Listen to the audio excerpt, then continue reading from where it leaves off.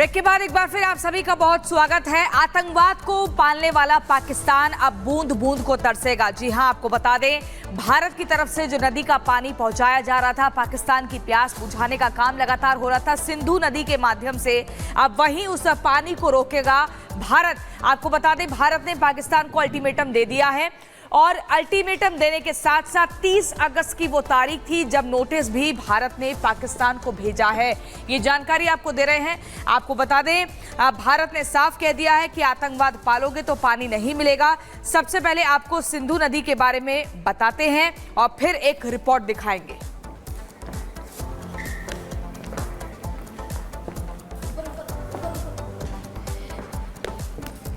तो ये जानकारी आपको दे दें, 30 अगस्त की वो तारीख है जब भारत ने नोटिस भेजा है। इस अल्टीमेटम में सीधे तौर पर यह है कि सिंधु नदी यानी कि इंडस वाटर ट्रीटी पर अब भारत जो है विचार करेगा।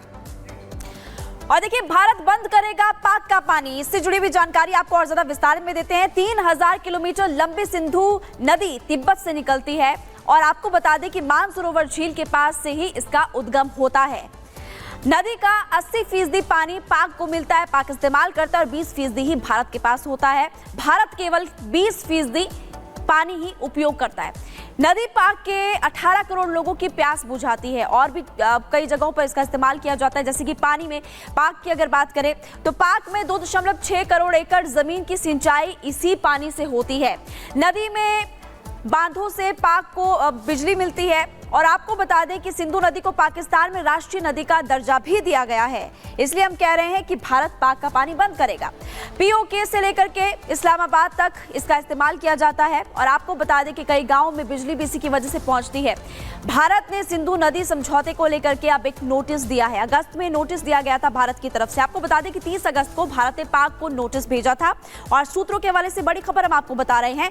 भारत ने कहा था कि आज के हालात को देखते हुए संधि बनाए रखना इम्पॉसिबल है, पॉसिबल है ही नहीं और सिंधु जल समझौते में बदलाव की जरूरत है। ये भी इसमें भारत की तरफ से कहा गया और समझौते के पास से आपको बता दें कि एक तरफ संधि चली आ रही है, लेकिन अब भारत की तरफ से साफ कहा गया है कि जो आज के हालात हैं जो पैदा हुए हैं और जिस तरह से पाकिस्तान हरकत करता है उसके बाद से इसको दोबारा से बनाए रखना अभी फिलहाल इम्पॉसिबल है। और आपको बता दें कि जनसंख्या लगातार बढ़ती जा रही है और इसी को लेकर के अब इसको बदलने की जरूरत भी है। हमें पानी का इस्तेमाल ऊर्जा बनाने के लिए करना है, ये समझौते में कहा गया है। और आपको बता दें, नोटिस में कहा गया, जो नोटिस 30 अगस्त को भारत की तरफ से पाकिस्तान को भेजा गया। और आपको बता दें कि सीमा पार से लगातार जो आतंकवादी गतिविधियां की जा रही है इसका जिक्र भी इस नोटिस में किया गया। आतंकवाद और पानी साथ साथ नहीं चल सकता, ये भारत ने साफ कर दिया है कि पानी और आतंकवाद साथ साथ नहीं चल सकता। भारत के नोटिस पर पाक ने अभी तक फिलहाल कोई जवाब नहीं दिया गया, लेकिन अब देखना होगा कि पाकिस्तान की तरफ से क्या टिप्पणी की जाती है। आपको पूरा मामला हमने बताया, इस पर आप इस रिपोर्ट को देखिए।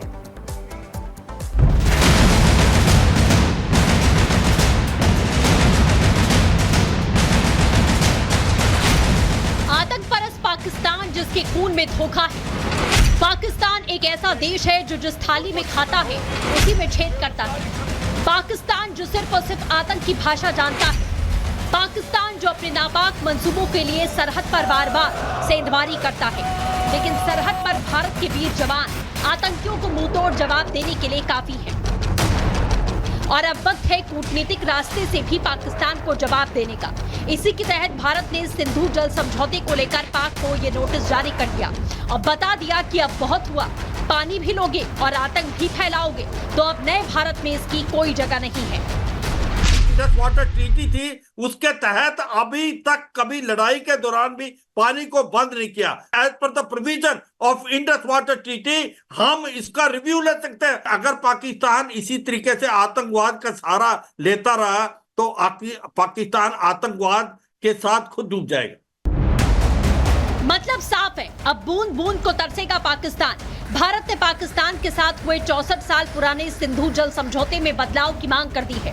भारत की तरफ से 30 अगस्त को पड़ोसी मुल्क को एक नोटिस दे दिया गया। भारत ने पाकिस्तान को यह नोटिस जारी किया। सिंधु जल संधि की समीक्षा को लेकर यह नोटिस दिया गया। 30 अगस्त 2024 को भेजा गया है ये औपचारिक नोटिस। संधि का मूल्यांकन किए जाने की जरूरत है, नोटिस में कहा गया कि 1960 से अब तक की परिस्थितियां काफी बदल चुकी हैं। हमें संधि में बदलाव पर विचार करना चाहिए। आतंक और पानी एक साथ नहीं बह सकते हैं और भारत ने सीमा पार आतंकवाद को इसका बड़ा कारण बताया। पाकिस्तान भारत की उदारता का लाभ लगातार उठाता रहा है। भारत के पानी का पाकिस्तान बरसों से फायदा उठा रहा है, लेकिन एक हाथ आतंक एक हाथ पानी नहीं चलेगा।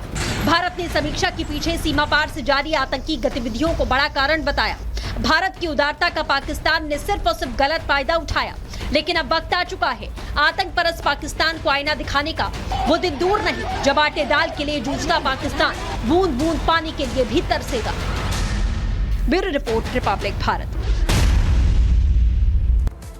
और चलिए अब आपको समझाते हैं कि आखिर सिंधु जल समझौता है क्या। 1960 में भारत और पाकिस्तान के बीच ये संधि हुई थी। आपको बता दें, संधि को लेकर विश्व बैंक ने पूरा मीडिएटर का रोल अदा किया था। इस संधि के दौरान कराची में 19 सितंबर 1960 को हस्ताक्षर किए गए थे और वहीं संधि के तहत रावी, सतलुज, ब्यास के पानी पर भारत का अधिकार है, इस तरह का वहां पर जिक्र भी हुआ था। सिंधु, झेलम और चिनाब पर पाकिस्तान का नियंत्रण बना रहेगा, ये भी संधि में मेंशन किया गया है। अब भारत सरकार ने समझौते में संशोधन की मांग की है। संधि के नियमों के अनुसार समय समय पर बदलाव किया जा सकता है। इसी के तहत भारत ने 30 अगस्त की तारीख पर सूत्रों के हवाले से पाकिस्तान को नोटिस भेजा है।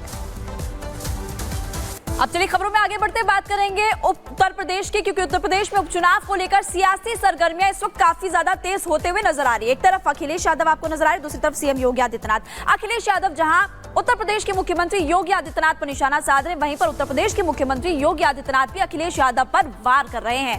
अब की बार सीएम योगी आदित्यनाथ ने बिना नाम लिए हुए समाजवादी पार्टी पर निशाना साधा और कहा कि सपा में औरंगजेब की आत्मा आ गई है। देखिए आप रिपोर्ट।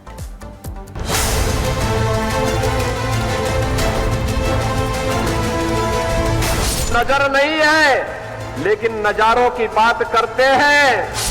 जमीन पे चांद सितारों की बात करते हैं। वो हाथ जोड़ के बस्ती को लूटने वाले भरी सभा में ये सुधारों की बात करते हैं।